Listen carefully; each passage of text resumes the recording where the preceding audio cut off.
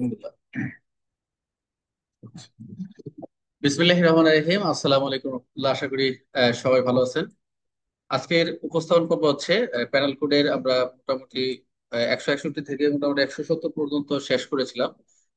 অনেকে এসএমএস করছেন যে 165 ক এবং 166 165 খটা একটু বুঝতে পারছেন না। এই ক্লাসটি আর একটু রিপিট করলাম আহ, তাদের জন্য যারা একটু বুঝতে অসুবিধা হচ্ছে।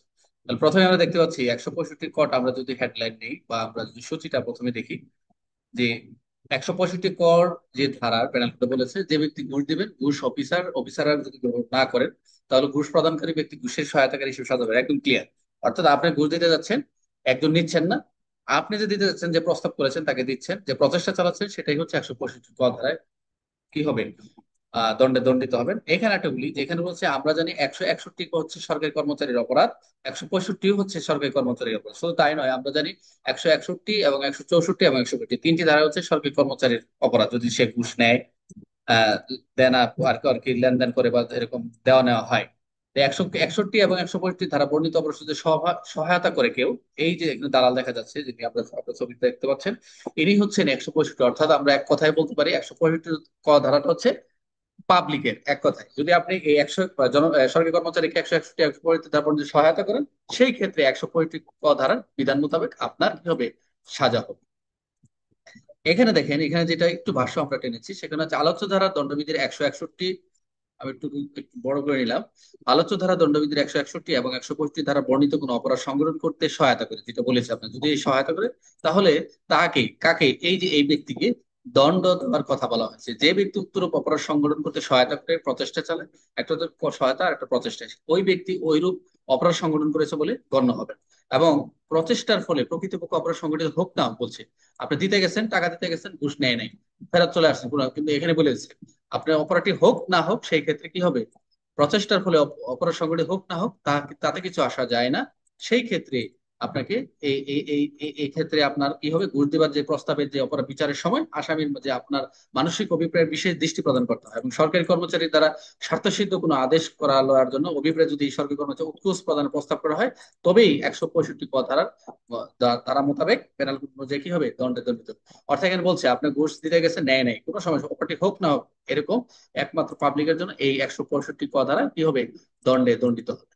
আশা করি আপনারা খুব সহজেই বুঝতে পেরেছেন 165 ক। এখন দেখেন 165 খতে আমরা যদি একটু খেয়াল করি,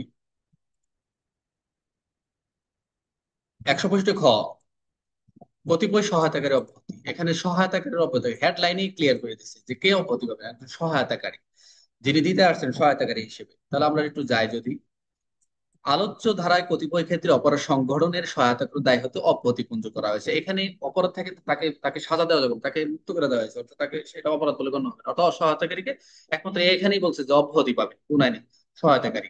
তাহলে যে সমস্ত ক্ষেত্রে যিনি প্রদান করতে আসলেন সহায়তা করার জন্য, যে সমস্ত ক্ষেত্রে সরকারি কর্মচারীকে অবমূল্য বা বিনামূল্যে কোনো দ্রব্য সামগ্রী প্রদান করতে বাধ্য করা হয়, কোনো কিছু দিতে বাধ্য করা হচ্ছে, এমন একটা কাজ যে তাকে দিতেই হবে তাকে, এবং এটা না করলে সেটা হচ্ছে না, এই ক্ষেত্রে ওই ক্ষেত্রে ওই ব্যক্তি যেরূপ ঘুষ বা তাকে ঘুষ নেওয়ার জন্য বাধ্য করা হয়েছে, ঘুষ দিতে বাধ্য করা হয়েছে এরকম, এবং এরূপ ঘুষ বা বকশিস প্রদানকারীকে দণ্ডবিধি 100 অনুযায়ী দণ্ড প্রদানকারী, যে বকশিস প্রদানকারীকে 161 বা 165 ধারার অপরাধী বলা যাবে না। অবশ্যই যে যে 161 যে ধারা ঘুষ এবং মূল্যবান বস্তু, সেটা তাকে অপরাধী বলা যাবে না। 165 খ ধারায় বলা রয়েছে, ক্লিয়ার করে দিয়েছেন যে যে ব্যক্তি সরকারি কর্মচারী ঘুষ বা উপহার দিতে বাধ্য হয়ে পড়ে, মানে একজন সরকারি কর্মচারী তাকে ঘুষটা দিতেই হচ্ছে, বাধ্য হয়ে যাচ্ছে, এটা না দিলে সে কাজটা করে দিবে না, বাধ্য হয়ে পড়ে, এই ক্ষেত্রে ঘুষ বা উপহার দিলে তাহার কোনো অপরাধ হবে না, কারণ এমন একটা কাজ করছে তাই সে এটা দিতে বাধ্য হচ্ছে। ওই ব্যক্তি বাধ্য হয়ে ঘুষ বা উপহার দেওয়ার প্রস্তাব করিলেও তার কোনো অপরাধ, যদি প্রস্তাবও করে যেটা আমি নেন, কোনো সমস্যা হবে না, আপনি নেন, কাজটা করে দেন, নেন, এটা আপনার জন্য, এই ক্ষেত্রে ওই ব্যক্তি অর্থাৎ সহায়তাকারী ব্যক্তি তার কি হবে না, অপরাধ বলে গণ্য হবে না। এইরূপ ভাবে কোনো ব্যক্তি সরকারি কর্মে ঘুষ বা উপহার দেওয়ার জন্য দেওয়ার প্রস্তাব করে দেন প্রলব্ধ, জোর প্রযুক্ত কিংবা বশীভূত হন, তবে ওই কাজের জন্য তিনি সরকারি কর্মে ঘুষ গ্রহণের ব্যাপারে সহায়তা করিয়াছেন বলে গণ্য হইবে না, ডাইরেক্ট সহায়তা করছেন বলে গণ্য হবে। বাধ্য হইয়া, প্রলব্ধ হইয়া, বল প্রযুক্ত হইয়া, ভীত হইয়া কোনো ব্যক্তি সরকারি কর্মচারীকে সরকারি কাজ করিবার বিনিময়ে, এই ডাইরেক্ট বলে দিচ্ছে, বাধ্য হইয়া, প্রলব্ধ হইয়া, বল প্রযুক্ত হইয়া বা ভীতি হইয়া ব্যক্তি সরকারি কর্মচারীকে সরকারি কাজ করিবার জন্য বিনিময়ে পারিশ্রমিক বহির্ভূত, মানে যেটা হচ্ছে ঘুষ যেটা বলে, পারিশ্রমিক ছাড়া যে বহির্ভূত কোনো বকশিস প্রদান করে বিনামূল্যে নাম মামূল্যে কোনো বস্তু সরকারি কর্মচারী তার কাজের বিনিময়ে দেন, তবে তার কোনো অপরাধ হবে না। অর্থাৎ আপনি যে দিলেন যে এই কন্ডিশনের কারণে, তাহলে এই আপনি যে সহায়তা না, এই সহায়তাকারীর ক্ষেত্রে যে বিষয়গুলো হচ্ছে আপনাকে দিলেই কাজটি করে দিবে এরকম পরিস্থিতি সৃষ্টি হয়েছে, বাধ্য হয়েছে, এই ক্ষেত্রে কি প্যানেল কোড 165 খ ধারা মোতাবেক এই সহায়তাকারী অব্যাহতি পাবেন। আশা করি আপনারা খুব ইজিতেই 165 ক এবং 165 খ সহজে বুঝতে পেরেছেন। এখন অন্য কোনো সমস্যা হওয়ার কথা না। তাহলে এখানেও আপনি কি সহায়তাকারী হিসেবে কি আপনি অব্যাহতি পাচ্ছেন। তাহলে আরো কোনো সমস্যা থাকলে এই দুইটি ধারা আমাকে এসএমএস করবেন, আমি পরবর্তী চেষ্টা করবো আপনাদের সামনে উপস্থাপন করার জন্য। আশা করি সবাই বুঝতে পারছেন। আর অন্যান্য ক্লাসগুলো তো আপনাদের রেকর্ড দেওয়াই রয়েছে। পরবর্তীতে আমরা আরো গুরুত্বপূর্ণ ক্লাসগুলো নিয়ে আসবো আপনাদের সামনে। আর ইতিমধ্যে আমরা 166 থেকে 169 70 পর্যন্ত আমরা আলোচনা করেছি, পরবর্তী রেকর্ড ক্লাসে আপনারা দেখতে পাবেন। আজকে এই পর্যন্তই। সবাই ভালো থাকবেন। আসসালামু আলাইকুম।